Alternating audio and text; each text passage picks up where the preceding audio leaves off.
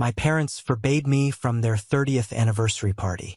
My mother called and told me seating was just too limited this year. She used her sweet, careful voice, the one she saves for breaking bad news without taking any of the blame. But hours later, I was sitting alone in my dark apartment, and my older brother posted a photo online. It showed a massive banquet table under golden chandeliers. The caption read, "Family only. Finally, everyone together." I didn't cry. I didn't throw my phone. I just stared at their smiling faces. I hit like and commented, "Congrats! Mortgage and property taxes are all yours now." 5 minutes later, the post vanished completely. And then, 30 missed calls lit up my screen. They were about to lose everything, and the best part was, they brought it entirely on themselves. Before I tell you about the absolute ruins they left their own lives in, let me know where you are watching from in the comments below. Thank you for being here. Please grab a warm glass of water, sit down, and listen as I tell you the whole story. I am 32 years old, and my name is Matthew Carter. I work as a structural engineer in Albany, New York. I build things for a living.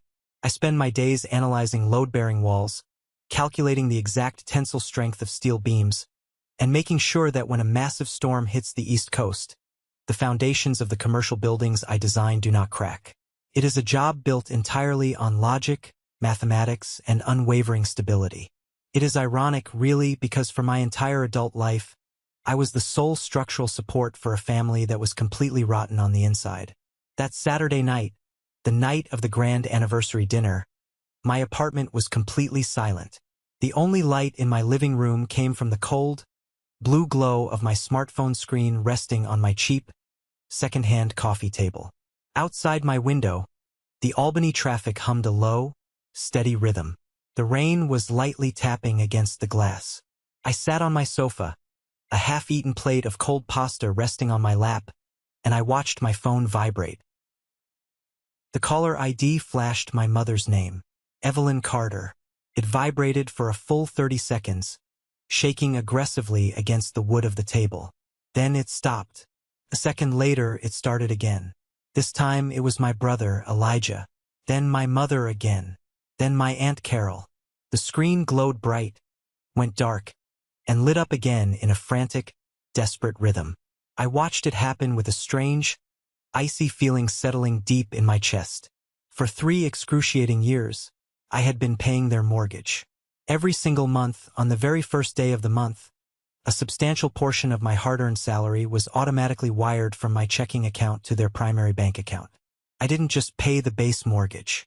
I paid the exorbitant property taxes that came with living in their upscale suburban neighborhood.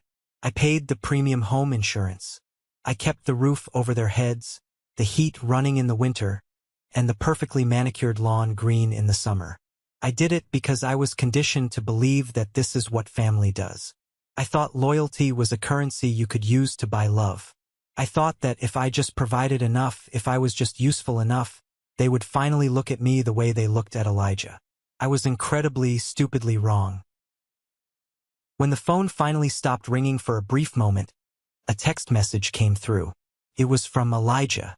The preview banner popped up at the top of my screen. "Don't take it personally. You know how Mom gets. Delete that comment right now before Dad sees it." My jaw clenched so hard I thought my teeth might crack. A thick blue vein throbbed hard against my right temple. Don't take it personally. Let me paint a picture of exactly what I was not supposed to take personally. Elijah typed those words from a high-end, exclusive steakhouse downtown. He was wearing a tailored charcoal suit that probably cost more than my monthly grocery budget. He was drinking vintage champagne, eating dry-aged ribeye, and laughing with my aunts, uncles, and cousins.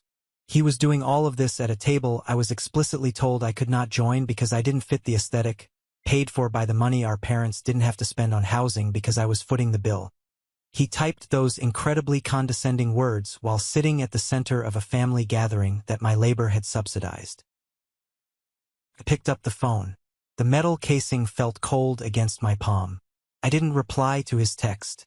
I didn't call my mother back to listen to her scream. I didn't try to justify myself. Instead, I minimized the messaging app and opened my mobile banking application. The app loaded, requiring my Face ID to log in. I stared at the screen, my own reflection staring back at me in the dark glass. I looked tired. The bags under my eyes were heavy from years of working 60-hour weeks just to ensure my parents never received a foreclosure notice. I navigated to the transfers page. I clicked on the tab labeled Scheduled and Recurring. There it was. The lifeline. The transaction was labeled Carter Residence Mortgage. The amount was $3,450, scheduled to be automatically deducted on the first of every month. It had been running like clockwork for 36 months. Over $120,000 of my money, poured into a house that I wasn't even welcome to visit on a holiday. I tapped the line item. A menu popped up from the bottom of the screen. Edit, pause, delete. I tapped delete. The app, designed to prevent accidental financial disasters, threw up a secondary warning prompt. A red exclamation point appeared on the screen. Are you sure you want to permanently delete this recurring transfer? This action cannot be undone. I stared at the prompt. My thumb hovered over the glowing screen. I knew exactly what this meant. If I did this, there was no going back. I wasn't just burning a bridge. I was strapping dynamite to the structural pillars and blowing it to absolute pieces. My mother would be humiliated when the bank called. Elijah would have to actually contribute. My father would have to wake up from his deliberate ignorance. I pressed confirm. The screen refreshed. A little green checkmark appeared. Recurring transfer successfully deleted. For the first time in my entire adult life, I felt a massive, crushing weight physically lift off my shoulders. The air in my apartment suddenly felt easier to breathe. I locked the phone, tossed it onto the sofa cushion next to me, and walked into my kitchen to pour a glass of bourbon. The phone started ringing again, buzzing violently against the fabric of the couch. I ignored it. I took a slow sip of my drink, feeling the burn in the back of my throat. The financial umbilical cord was officially severed. But to understand why I did it, why I cut off my own flesh and blood with a single tap on a screen without a shred of guilt, you have to understand the price I paid just to be allowed in their lives. You have to understand the decades of quiet, normalized cruelty that built up to that single comment on a Saturday night. Growing up in the Carter household meant learning the rules of a rigged game very early on. Elijah was the golden child. He was 3 years older than me, louder, drastically more handsome, and endlessly charming. He had a way of walking into a room and making everyone look at him. My mother, Evelyn, worshipped the ground he walked on. If Elijah brought home a mediocre grade on a history test, my mother would quickly praise his effort. "He is so creative, Robert," she would tell my father over dinner, defending a C-. Traditional public schooling just doesn't capture his genius. He's a visionary. If I brought home straight A's and a blue ribbon from the regional science fair, the certificate was quickly reviewed, offered a brief nod, and slid into a kitchen drawer before the neighbors could see it. "Don't brag, Matthew," my mother would say, not even looking up from washing the dishes. "Nobody likes a show-off. It makes other people feel bad about themselves." My father, Robert, was essentially a ghost haunting his own home. He worked in middle management at an insurance firm, he read his newspaper, and he avoided conflict at all costs. His entire philosophy of fatherhood was keeping the peace with his wife.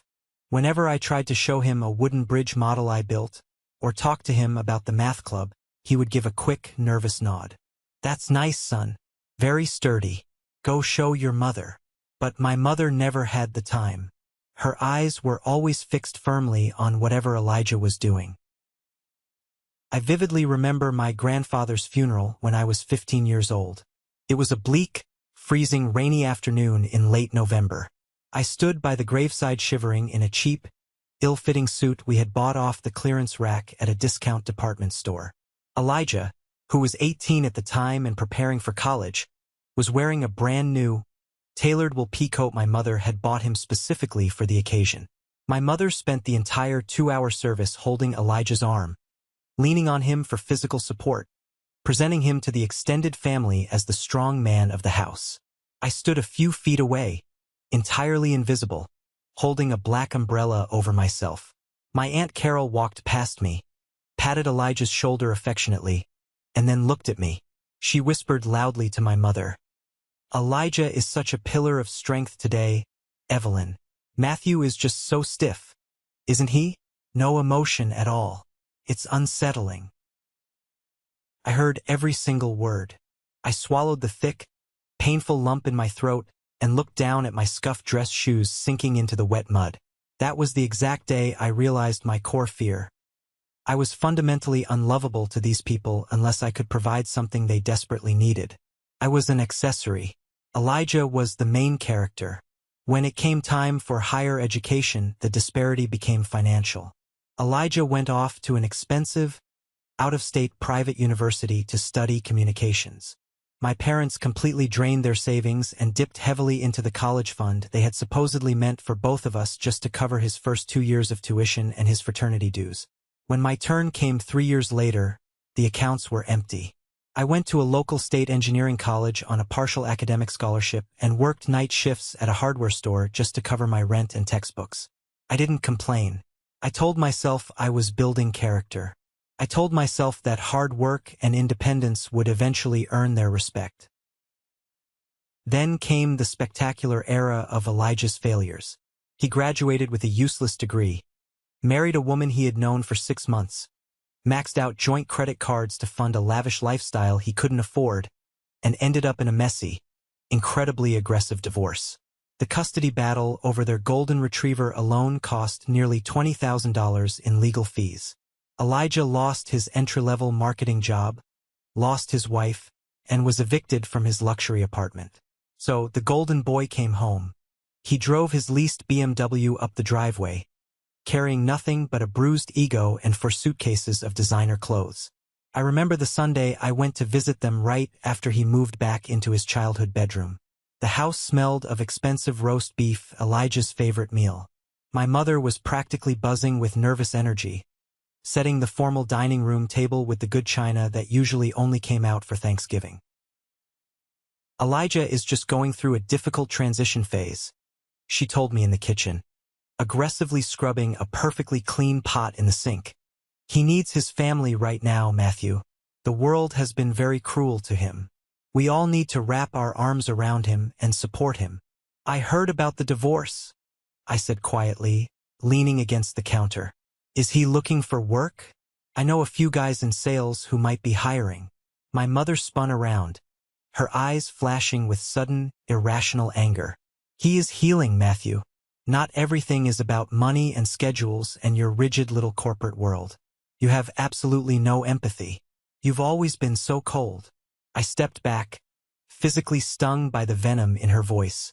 I was working 60-hour weeks at an entry-level engineering firm, sharing a cramped, unheated apartment with 2 roommates, eating boiled pasta 5 nights a week just to aggressively pay off my student loans. But I was the cold one. Elijah walked into the kitchen right at that moment, looking perfectly rested and smelling of expensive cologne. He grabbed a green apple from the counter, tossed it in the air, and patted my shoulder patronizingly. "Hey, little bro, good to see you. Nice shirt. Is that from a thrift store?" He chuckled, taking a loud bite of the apple. My father walked in, grabbed a beer from the fridge, and retreated to the living room to watch golf without saying a single word to either of us. That was the established dynamic. Elijah took up all the oxygen in the room. My mother guarded him like a rabid dog protecting her pup. My father pretended he was deaf and blind, and I paid the emotional admission fee just to stand in the room. The admission fee transitioned from emotional to financial a few years later. I had finally secured a major promotion at my engineering firm, bumping me up to a senior structural role. My salary jumped significantly. I moved into a decent, secure apartment in Albany, bought a reliable truck, and started putting real money into a retirement account. For a brief, incredibly naive moment, I thought I had finally made it. I thought my parents would look at my stability and be proud.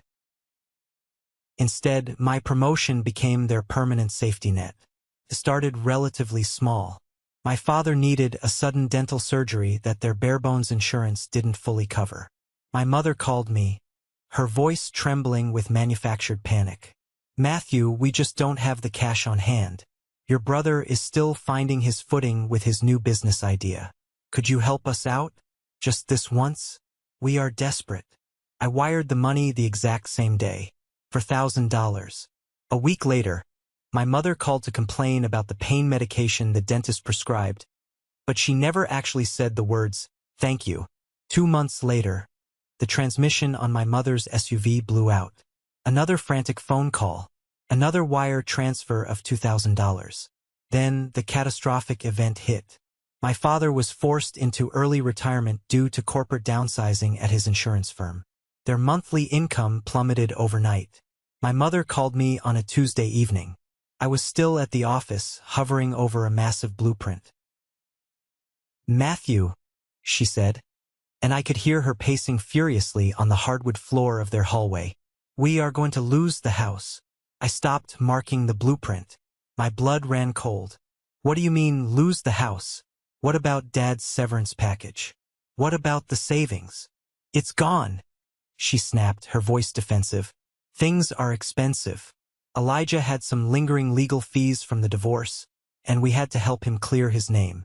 Now the bank is threatening foreclosure. You make excellent money now.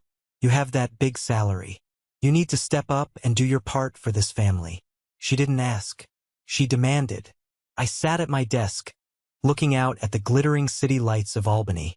This was my childhood home, the house where I grew up, the house they had casually promised would be our inheritance one day, even though I knew Elijah would demand the lion's share.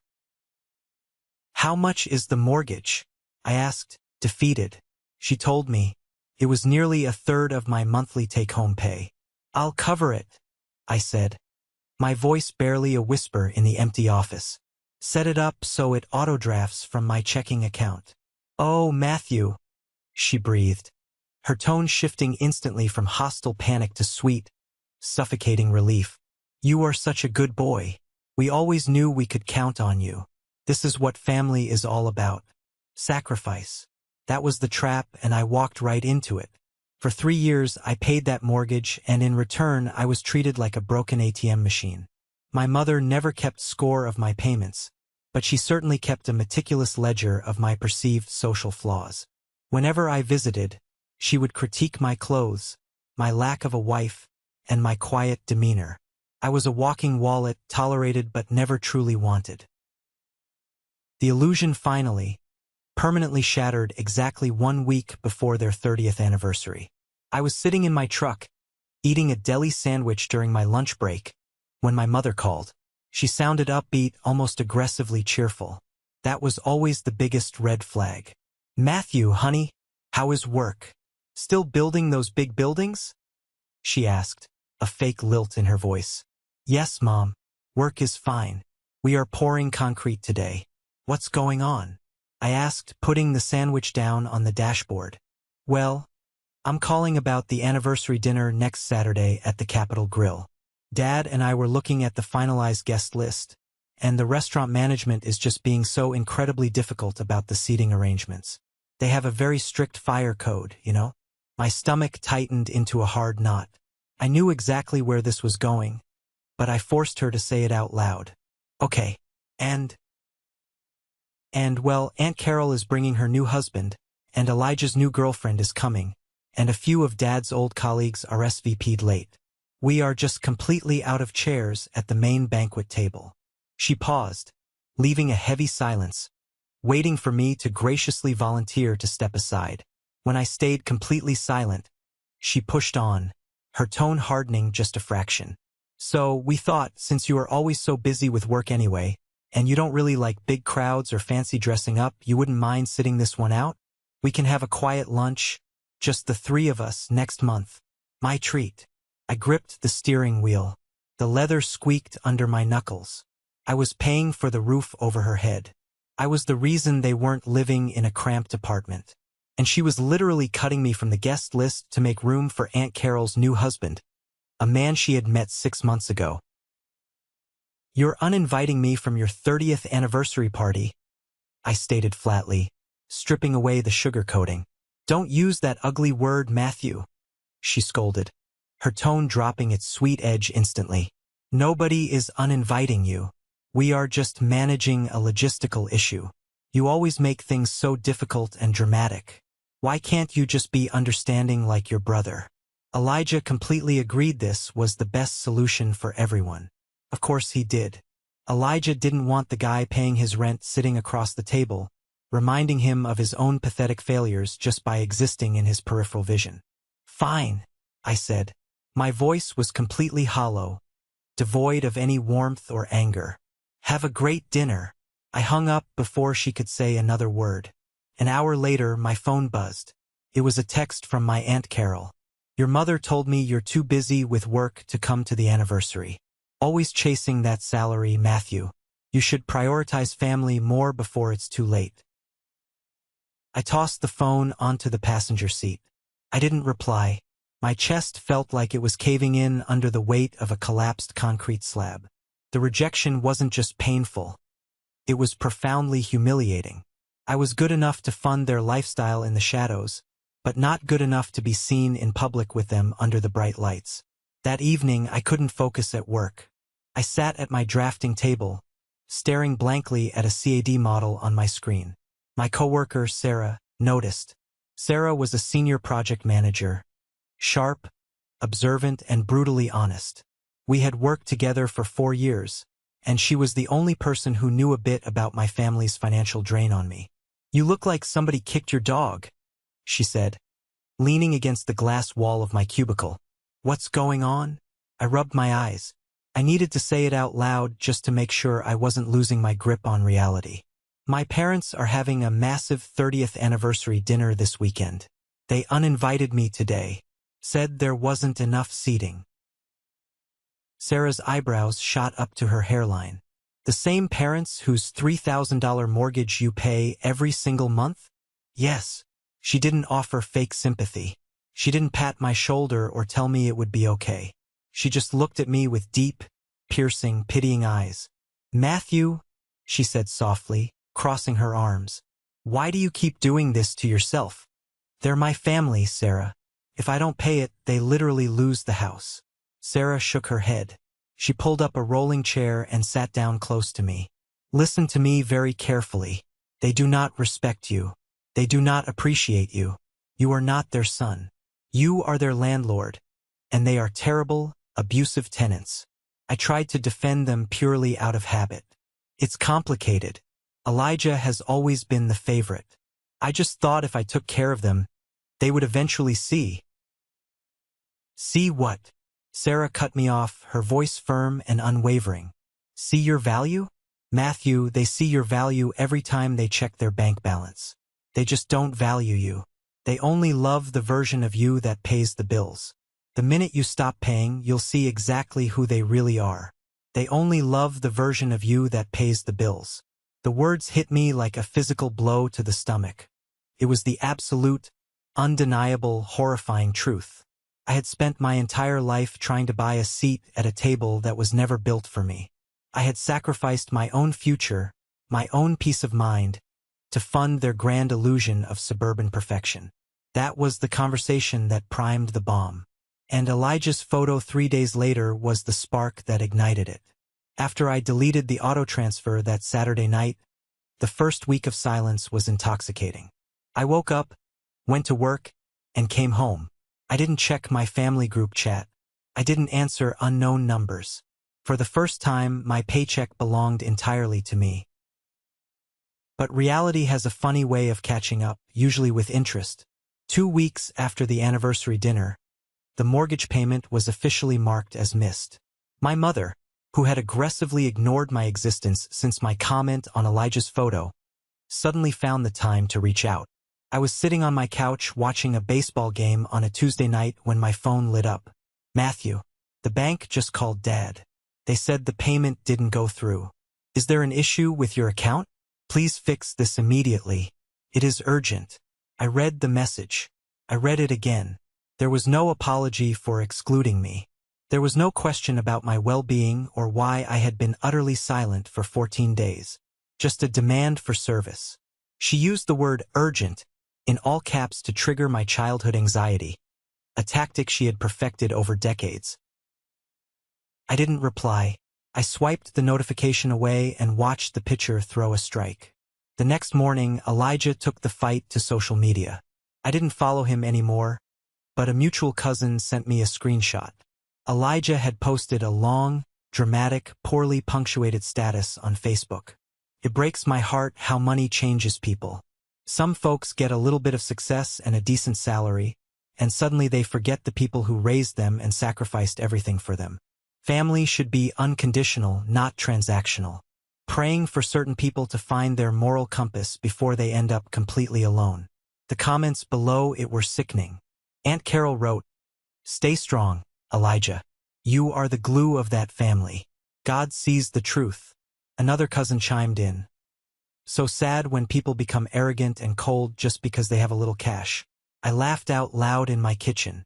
It was a harsh, bitter, echoing sound. Elijah, a man who had not paid a single utility bill in his own home for years, a man whose divorce was funded by his parents' ruined retirement, was lecturing me on morality to an audience of enablers. They were spinning a narrative where I was the villain, the greedy, cold-hearted son who abandoned his poor, elderly parents out of spite. Let them talk, I thought. Words on Facebook don't pay the bank. I maintained my absolute, stony silence. I refused to engage in their drama. I was done playing their game. But 3 days later, the real storm hit. A thick, official-looking envelope arrived in my locked mailbox. The return address was from the primary lending branch of my bank, the same bank that held my checking account and my parents' mortgage. I frowned as I pulled it out. It didn't make sense. I paid my credit cards in full every month. My auto loan was current. I walked into my kitchen, grabbed a steak knife, and sliced the heavy paper envelope open. I pulled out a thick stack of stapled legal documents. The header at the top of the first page, printed in bold, aggressive black ink, read, "Notice of refinance and guarantor obligation." My eyes scanned the dense legal text. My heart began to pound a heavy, terrifying rhythm against my ribs. The document outlined a massive refinance agreement on my parents' property. They had pulled out a staggering amount of equity, over $150,000 in cash. But that wasn't the part that made my blood run cold. Under the section labeled Primary Borrower and Guarantor, my name was printed in bold letters, Matthew Carter. I dropped the papers on the kitchen counter. My hands were shaking so violently I couldn't hold them steady. "No," I whispered to the empty room. "No, no, no." I leaned over the granite counter, reading the numbers again, my vision blurring. The new monthly payment was astronomical. The terms were incredibly aggressive. And according to this legally binding document, I was entirely legally responsible for the debt. If the mortgage defaulted, they wouldn't just take my parents' house. They would come after my salary. They would come after my truck. They would drain my savings, ruin my credit score, and destroy my financial future for the next 20 years. I had never signed a single piece of paper. I had never spoken to a loan officer. I had never authorized a refinance. A cold, clammy sweat broke out across my forehead. My parents hadn't just used me. They had stolen my identity to plunge me into a massive, crippling debt. The anger I felt in that moment wasn't hot and explosive. It was freezing cold. It was the horrifying realization that the people who gave me life were perfectly willing to completely destroy mine just to save themselves. The next morning, I took an emergency personal day from work. At 9 a.m. sharp, I called the phone number listed on the bank documents. I navigated through the endless automated menus, my jaw set, my knuckles turning white as I gripped the phone. Finally, I was connected to a senior account manager named Ethan Davis. "Mr. Carter," Ethan said smoothly, his voice echoing slightly over the headset. "I see the file here. A cash-out refinance completed 3 weeks ago on the Albany property. How can I help you today?" "I didn't authorize this," I said. My voice was dangerously calm. It didn't sound like me. It sounded like a stranger. I never signed a single document. I never agreed to be a guarantor on a new loan. This is fraud. There was a long pause on the line. I heard the rapid clatter of a keyboard. "Mr. Carter, I am looking at the e-notary logs right now," Ethan said, his professional tone dropping slightly into cautious territory. "The documents were digitally signed using your verified email address, and the identity verification passed using a high-resolution scan of your state-issued driver's license. The IP address logged during the signing matches a recognized device history on your banking profile." My mind raced. How could they have my ID? How could they have my email? Then it hit me like a swinging steel beam. 5 years ago, when I first started helping my father with his medical bills, I set up a joint checking account to make transfers easier. I had created a dedicated, separate email address for those bank notifications and given my parents the password so they could check the balance themselves without calling me. I had also left an old photocopy of my driver's license in my childhood bedroom desk for a background check years prior. I had given them the keys to my identity out of pure trust. They had weaponized that trust to forge my signature through an automated online portal. "Ethan," I said, gripping the edge of my kitchen counter so hard my fingers ached, "I am telling you, I did not sign this. Someone in my family used old credentials to bypass the e-notary system. Can you tell me where the cash-out funds were transferred?" "Sir, I cannot disclose specific routing details over the phone without a formal fraud investigation," Ethan replied carefully. "But I can confirm the funds were disbursed to an external business checking account, not to the property owners directly. An external business account. Elijah's fake consulting company." It all made perfect, sickening sense. Elijah needed money for his failing business or his massive debts. He convinced my mother to leverage the house. But they didn't have the credit score or the income to qualify for a cash-out refinance on their own. So they used the son who did. They stole my name, forged my signature, took the cash, and expected me to just keep paying the new, massive monthly bill without ever noticing the difference, assuming the auto draft would just increase and I wouldn't check the statements. "Mr. Davis," I said, my voice dropping an octave, "I need you to freeze that account immediately. I am filing a formal police report for identity theft and wire fraud." "Understood, Mr. Carter. I will initiate the fraud protocol on our end immediately." Ethan paused. "For what it's worth, sir, I'm very sorry." I hung up the phone. I didn't feel panic anymore. I felt a terrifying, absolute clarity. They had crossed a line that could not be uncrossed. I didn't waste another minute. I took a quick shower, put on a sharp charcoal suit, the kind Elijah liked to wear to play pretend businessman, and drove straight to the downtown office of Clark Benson. Clark was a real estate and financial litigation lawyer I had met through my engineering firm. He had a reputation in Albany for being ruthless, meticulous, and entirely devoid of sentimentality. He was exactly the weapon I needed. I sat in his mahogany-paneled office, the air smelling of old paper and expensive leather, and laid the thick envelope of bank documents on his massive desk. I explained everything from the beginning: the history of payments, the missed dinner, the forged e-notary, and the external business account. Clark listened in total, unbroken silence, steepling his fingers under his chin. When I finished, he picked up the document, adjusted his glasses, and scanned the guarantor page. "This is a federal crime, Matthew," Clark said flatly, tossing the paper back onto the desk. "Wire fraud, identity theft, and bank fraud. The moment we file the injunction, the bank's internal fraud department will rip your family's finances apart. The police will get involved. We are talking about potential felony charges, primarily for whoever initiated the electronic signatures." "Elijah," I said without hesitation. "My brother. My parents barely know how to attach a PDF to an email, let alone bypass a secure e-notary system. Elijah orchestrated the digital forgery. My mother probably supplied the physical ID scan and the old passwords." Clark looked at me over the rim of his glasses, his expression grave. "Are you prepared for the fallout? This isn't a family argument anymore. If we pull this trigger, your brother could face real prison time. Your parents will absolutely lose the house to foreclosure because they cannot afford the new terms. There is no putting the genie back in the bottle. Once I file this, they are dead to you legally and personally. I looked out the window of his office. I thought about the 30 missed calls. I thought about Aunt Carol's text. I thought about Elijah sitting in a tailored suit, drinking champagne at a table I paid for, typing "Don't take it personally." They didn't care if I ended up completely bankrupt. They didn't care if my future, my potential family, my entire life was destroyed just so Elijah could play pretend. Why should I sacrifice my life to protect criminals just because we shared the same last name?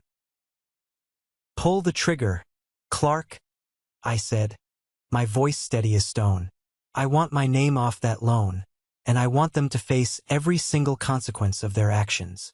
"Good," Clark said, opening a yellow legal pad and pulling out a pen.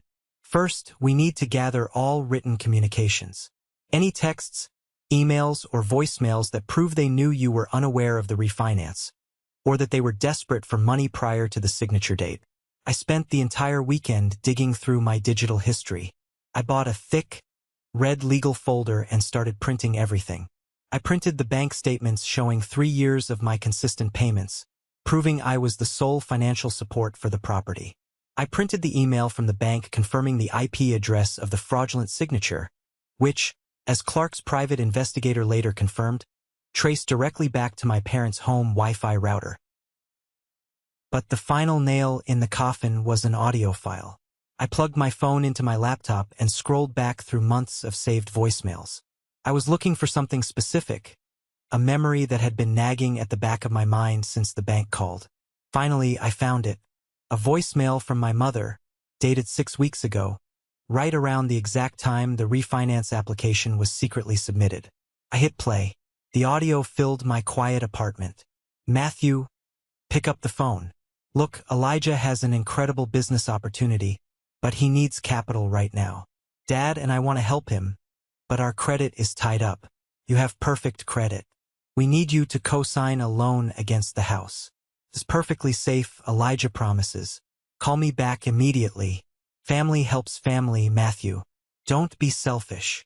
I had ignored that voicemail at the time, dismissing it as another one of her ridiculous, dramatic demands for Elijah's benefit. I had never replied.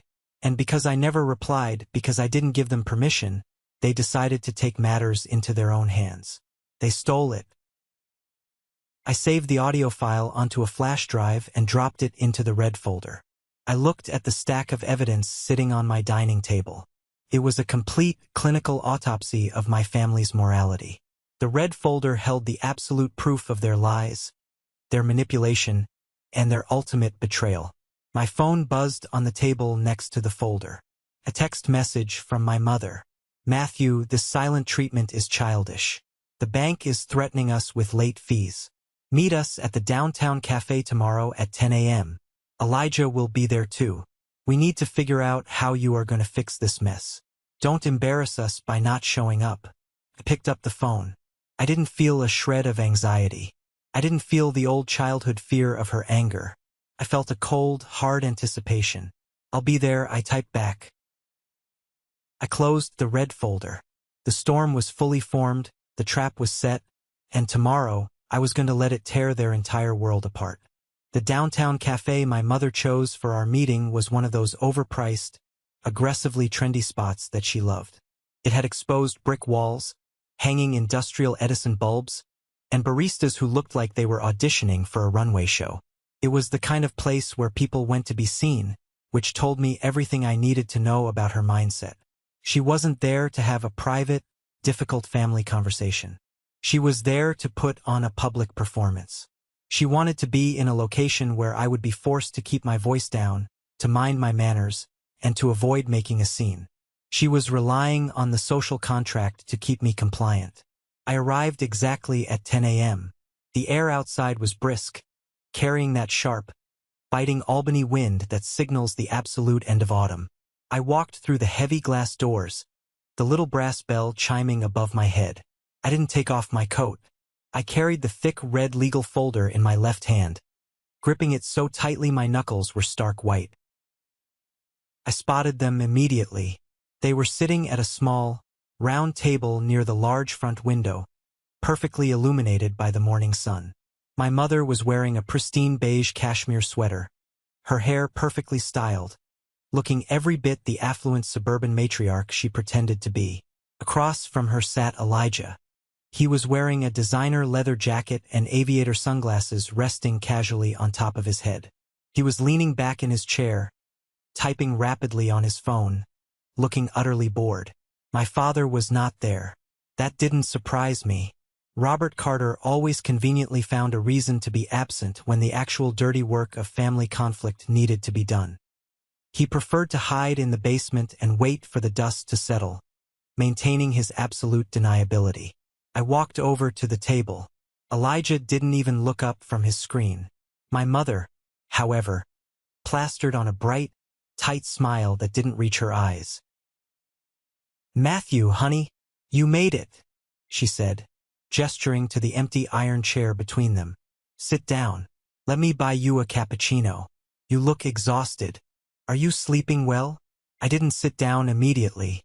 I looked at the empty chair, then at her, and finally dropped the red folder onto the center of the small wooden table. It landed with a heavy, satisfying thud that made Elijah physically jump and drop his phone onto his lap. "I don't want coffee," I said. My voice was perfectly level. It wasn't loud, but it carried a cold, metallic edge that I had never heard from myself before. I pulled the chair out and sat down, keeping my posture rigid. Elijah picked up his phone, glaring at me. "Look who finally decided to join the real world," he scoffed, crossing his arms over his chest. "You know, ignoring Mom's texts for 3 weeks is incredibly childish, Matt. Even for you." She was worried sick. "You have a good salary now, a nice promotion, and suddenly you think you can just ghost the people who gave you everything." I stared at him. I looked at his expensive jacket, funded by the equity stolen from my name. I looked at the smug, entitled expression on his face, the face of a man who had never faced a single real consequence in his entire 35 years on this earth. "Elijah," I said quietly, "shut your mouth." His eyes widened. He sat up straight, his jaw dropping slightly. In 32 years, I had never spoken to him like that. My mother gasped, a sharp, dramatic intake of air, and immediately reached across the table to put a protective hand on Elijah's arm. "Matthew Carter, do not speak to your brother that way," she hissed, her voice dropping to an angry whisper to avoid drawing the attention of the next table. "We are in public. We came here to solve a problem, not to throw tantrums. Now, the bank is being completely unreasonable. They are claiming a missed payment and threatening to add exorbitant late fees to the new balance. You need to call them today, apologize for the delay, and arrange a wire transfer from your checking account to cover the new monthly premium." She said it with such casual authority. She truly believed that after everything, after the ultimate betrayal, she could simply issue an order and I would fall right back into line. She thought the conditioning was permanent. "I'm not calling the bank to pay the premium," I said, leaning forward slightly. "I'm not paying another dime toward that house. Ever." My mother's face hardened. The fake smile vanished completely, replaced by a look of sheer, venomous resentment. "Matthew, you listen to me. This is not a negotiation. You co-signed that refinance. Your name is on the guarantor line. If you don't pay it, they will ruin your credit and they will take our home. You will not destroy this family just because your feelings were hurt over a dinner invitation." "My feelings aren't hurt over a dinner," I replied. I reached out and flipped open the cover of the red folder. "My feelings are entirely irrelevant. We are dealing with facts now." I slid the first document across the table. It was the printed email from Ethan Davis, the bank manager, detailing the IP address trace of the digital e-notary signature. "That," I said, pointing to the highlighted numbers, "is the IP address of the device used to digitally sign the refinance paperwork. My lawyer hired a private investigator to trace it. It comes back to the exact router in your living room. The paperwork was signed on a Tuesday afternoon at 2 p.m., a Tuesday when I was physically standing on a construction site in downtown Albany, surrounded by 20 witnesses and logged into a secure corporate network." Elijah shifted uncomfortably in his chair. He looked at the paper, then quickly looked out the window. "IP addresses can be spoofed," he muttered defensively. Hackers do it all the time. You probably got hacked. Really? I asked, pulling out the second document.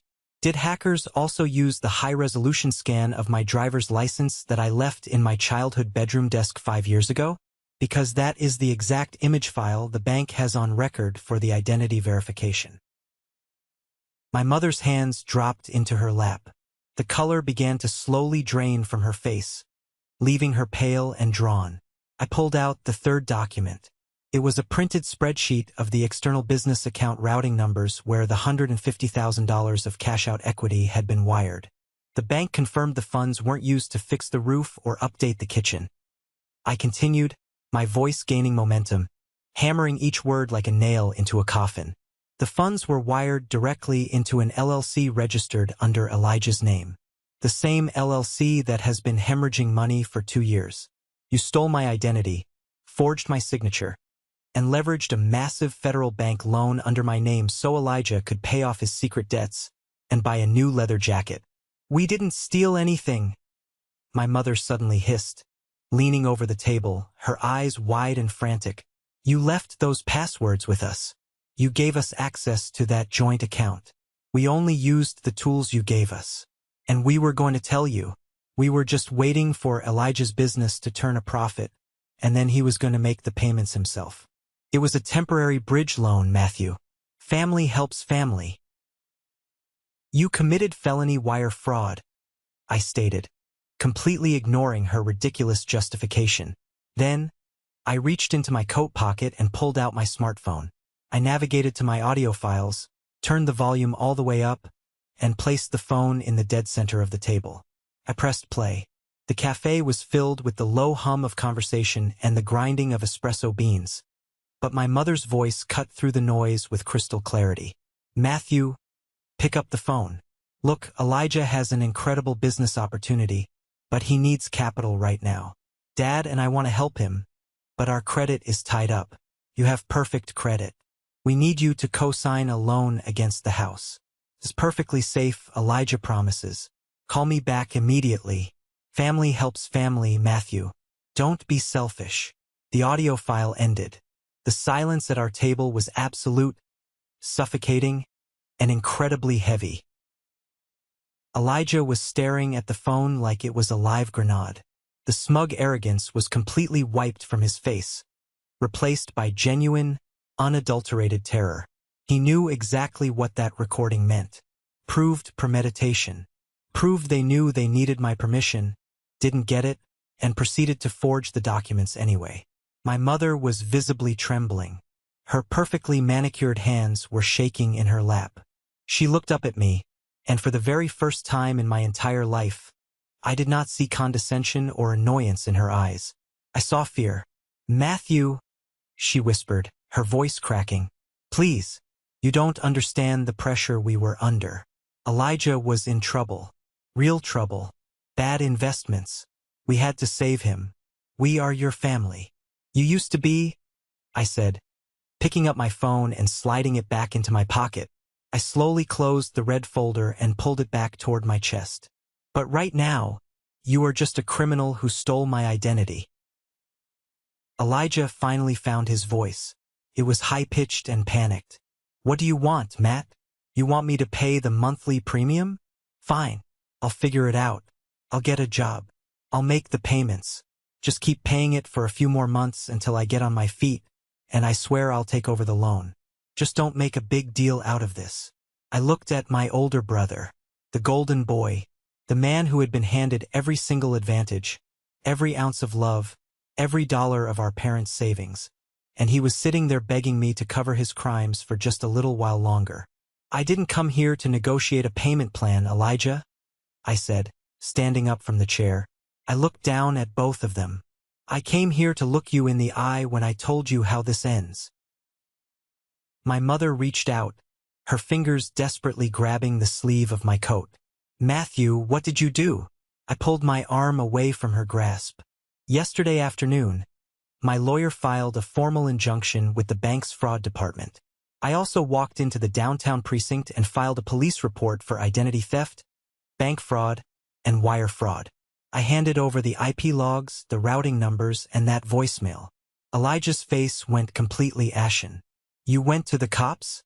Over family money? Are you insane? It's not family money, I corrected him sharply.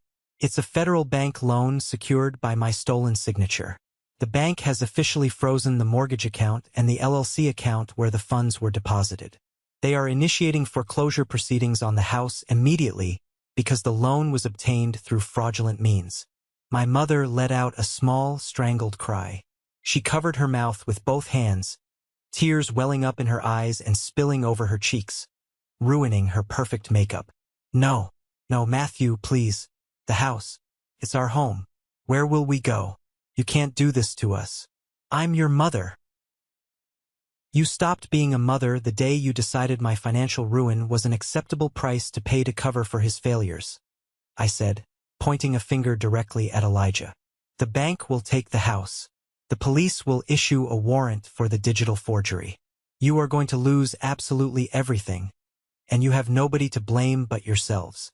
I reached into my wallet, pulled out a crisp $20 bill, and tossed it onto the table next to my mother's untouched cappuccino.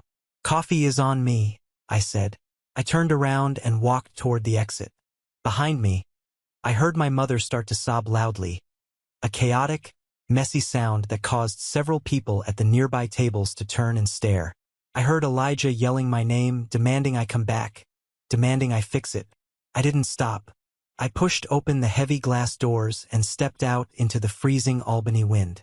I took a deep breath, filling my lungs with the crisp, clean air. My heart was pounding, but it wasn't from fear or anxiety. It was the adrenaline of absolute liberation.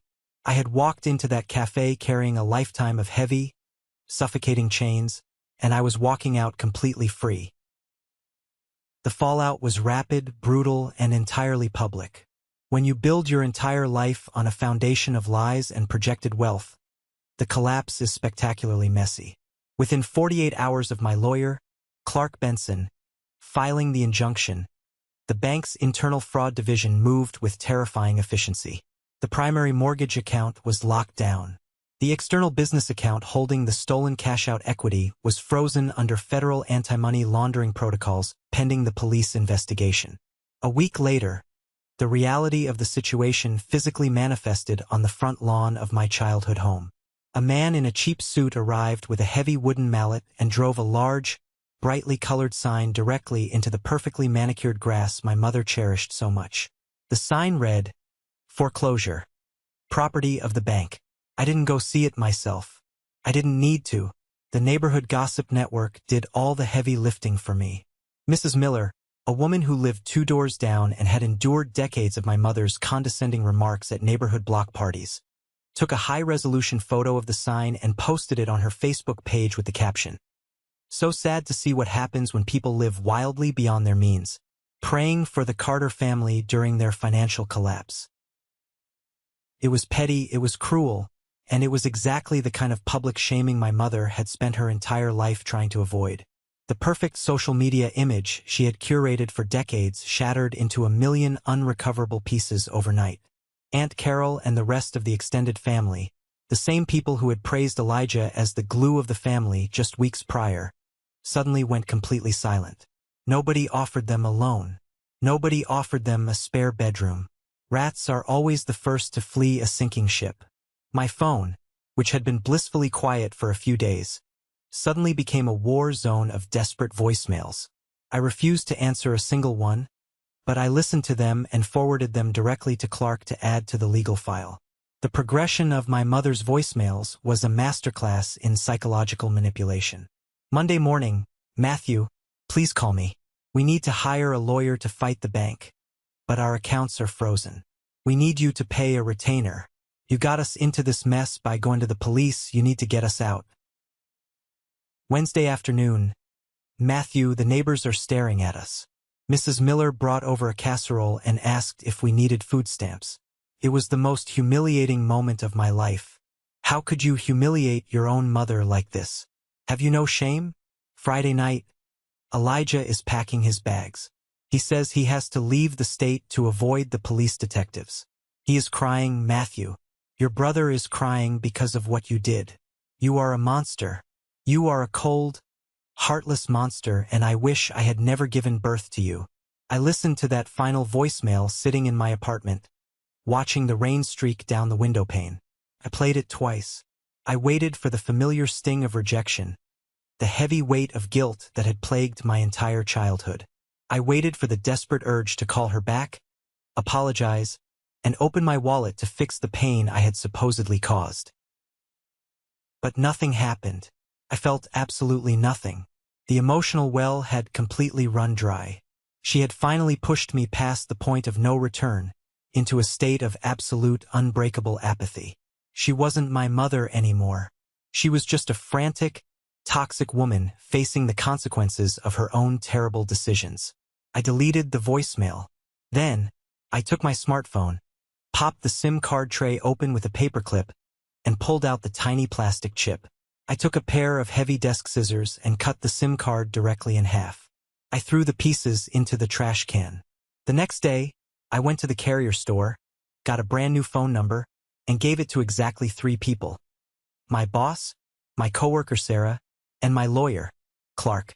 I updated my banking security, froze my credit with all 3 major bureaus, and effectively erased Matthew Carter from their world. Elijah did exactly what my mother said he would do. He tried to run. When the local police detectives showed up at the house to question him regarding the digital forgery and wire fraud, his bedroom was empty. He had taken his designer clothes, abandoned his leased luxury car in the driveway because he couldn't afford the gas to drive it, and caught a Greyhound bus heading west. It was a pathetic, cowardly exit for the golden boy. He didn't stay to help our parents pack. He didn't stay to face the music. He abandoned them exactly the way he had abandoned his ex-wife during his divorce. He left them holding the bag, without my monthly payments, and with their own meager savings drained by Elijah's previous demands. My parents couldn't even afford to hire a moving company. They had to rent a cheap U-Haul truck themselves. My father, a man who had spent his life avoiding hard work, severely injured his back trying to load their heavy antique dining table into the truck. 30 days after the cafe meeting, the bank officially repossessed the property. The locks were changed, the windows were boarded up, and the house I grew up in became just another distressed asset on a bank ledger. My parents were forced to move into a cramped, 2-bedroom apartment in a rundown complex on the very edge of the city limits, miles away from their country club friends and their pristine suburban life. The storm had finally passed, leaving nothing but wreckage in its wake. But for the first time in my life, I wasn't the one tasked with cleaning it up. I stood on the shoreline, completely dry, watching their ship sink to the bottom of the ocean. 8 months later, I found myself standing in the middle of a spacious, sun-drenched living room, holding a paint roller dripping with eggshell white paint. I didn't live in Albany anymore.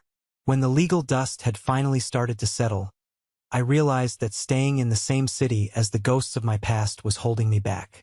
I requested a transfer through my engineering firm to our regional office in Rochester, New York. It was a 3-hour drive away, close enough to maintain my professional network, but far enough away that I would never accidentally run into my Aunt Carol at a grocery store. The new apartment was incredible. It had high ceilings, exposed wooden beams, and massive windows that overlooked a quiet, tree-lined park. It was significantly more expensive than my old place, but without the $3,000 parasitic drain on my monthly salary, I could easily afford it. I was painting the walls myself. I had spent the weekend assembling brand new furniture that I picked out entirely for myself, not hand-me-downs or cheap thrift store finds. Every single object in this apartment belonged to me. Every dollar in my bank account belonged to me. The silence in the apartment wasn't heavy or oppressive anymore. It was a gift. It was the sound of absolute peace. There were no frantic phone calls demanding money. There were no passive-aggressive text messages critiquing my life choices. There was just the steady rhythm of my favorite jazz playlist playing softly on a Bluetooth speaker. My new phone buzzed on the kitchen island. I set the paint roller down, wiped my hands on a rag, and picked it up. It was Clark Benson. "Matthew," Clark's gravelly voice came through the speaker. "I have good news. Actually, I have great news. I just walked out of the judge's chambers." I leaned against the counter, staring out the window at the park. Tell me, the civil ruling is official. The judge reviewed the police report, the IP logs, and the audio recording. He granted our motion in full. Your name has been completely expunged from the fraudulent refinance loan. You hold zero financial liability for the debt, the late fees, or the foreclosure costs. Your credit score is completely protected and restored. I closed my eyes and let out a long, shaky breath. The massive, terrifying sword of Damocles that had been hanging over my financial future for nearly a year was finally, permanently removed. Thank you, Clark, I said, my voice thick with emotion. I really mean it. You saved my life. I just did my job, Matthew. You provided the ammunition, Clark replied. But there is a secondary update you should be aware of regarding the criminal side of things. I opened my eyes. What happened with Elijah? The local police finally caught up with him, Clark explained. He tried to open a new line of credit in Ohio using a fake social security number. It flagged in the system. They arrested him 2 days ago. Given the pending felony warrants here in New York for the wire fraud and identity theft regarding your case, he is currently sitting in a county jail waiting for extradition. He is looking at serious federal charges, Matthew. He won't be able to charm his way out of this one. He's looking at a minimum of 3 to 5 years. I absorbed the information. The golden boy, the untouchable favorite son, was sitting in a concrete cell wearing an orange jumpsuit. I didn't feel joy or triumph. I just felt a profound sense of justice. Actions finally had consequences. And my parents? I asked quietly.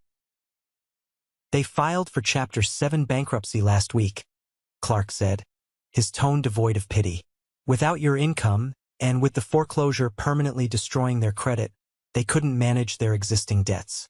They are living in a low-income subsidized housing complex now. I heard through the grapevine that your father had to take a job as a nighttime security guard just to pay for their groceries. The image flashed in my mind. My mother, who used to mock people who shopped at discount stores, was now relying on government assistance. My father, who just wanted to sleep in his recliner, was walking cold parking lots at 2 a.m. They had sacrificed their faithful, hard-working son to save their toxic, criminal favorite, and they ended up losing absolutely everything in the process. Thank you for the update, Clark, I said. Send me the final invoice. I'll wire the funds today. Take care of yourself, Matthew. Enjoy Rochester. I hung up the phone. I walked over to a stack of cardboard boxes in the corner of the room that I hadn't unpacked yet. They contained old files, college textbooks, and miscellaneous paperwork from my old apartment. I opened the top box and started sorting through a manila folder. Near the bottom, tucked between an old lease agreement and a car manual, a small piece of heavy, cream-colored cardstock slipped out and fluttered to the hardwood floor. I picked it up. It was a beautifully embossed place card with elegant gold calligraphy. It read Matthew Carter. It was the seating card for the 30th anniversary dinner. My mother must have mailed it to me weeks before she officially uninvited me, and I had simply tossed it into a pile of mail and forgotten about it. I stared at my name written in shiny gold ink. This little piece of cardboard represented everything I had ever wanted.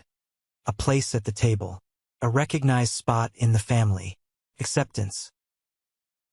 I ran my thumb over the raised lettering. I thought about the pain of that rejection. I thought about the years of financial abuse. I thought about the fact that forgiveness is a noble concept, but it doesn't mean you have to let the people who destroyed you back into your life. You can forgive a snake for biting you because it is in a snake's nature to bite, but you don't invite the snake back into your house. I walked over to the small paper shredder sitting under my new desk. I turned the machine on. It hummed to life. I held the Golden Place card over the slot, let go, and watched the metal teeth grab the paper and shred it into tiny, unrecognizable strips of confetti. The past was officially destroyed. The future was unwritten, and for the first time I held the pen. I am standing by the massive window of my Rochester apartment right now as I tell you this. I have a hot mug of black coffee in my hand. Outside, the first real snow of the winter is falling, blanketing the park across the street in a pure, untouched layer of white. It is incredibly beautiful and it is incredibly quiet. It has been 2 years since I deleted that bank transfer. I have not spoken a single word to my mother, my father, or my brother since the day I walked out of that downtown cafe. I don't follow their lives on social media. I don't ask extended relatives for updates. They are completely, irrevocably dead to me. People who haven't experienced profound family toxicity often struggle to understand this. They say things like, "But they are your blood," or "You only get one mother."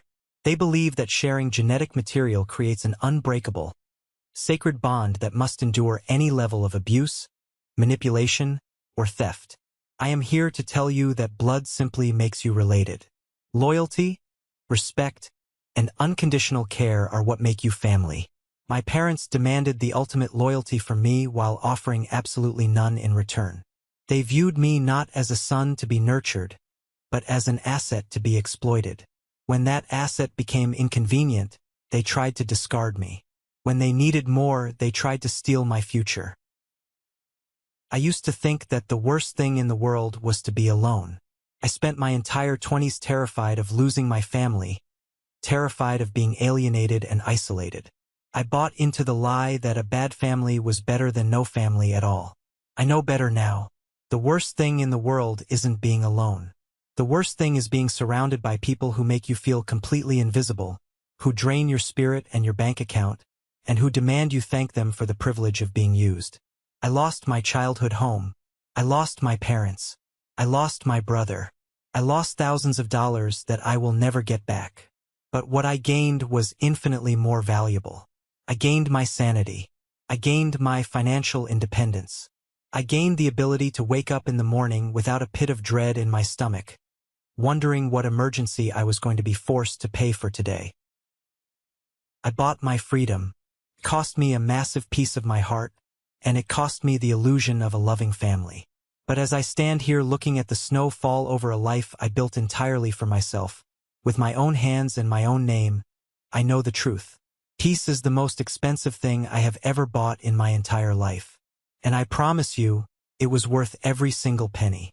Thank you for sticking around and listening to my story. I know it was long, and I know it was heavy, but I hope this resonated with you in some way.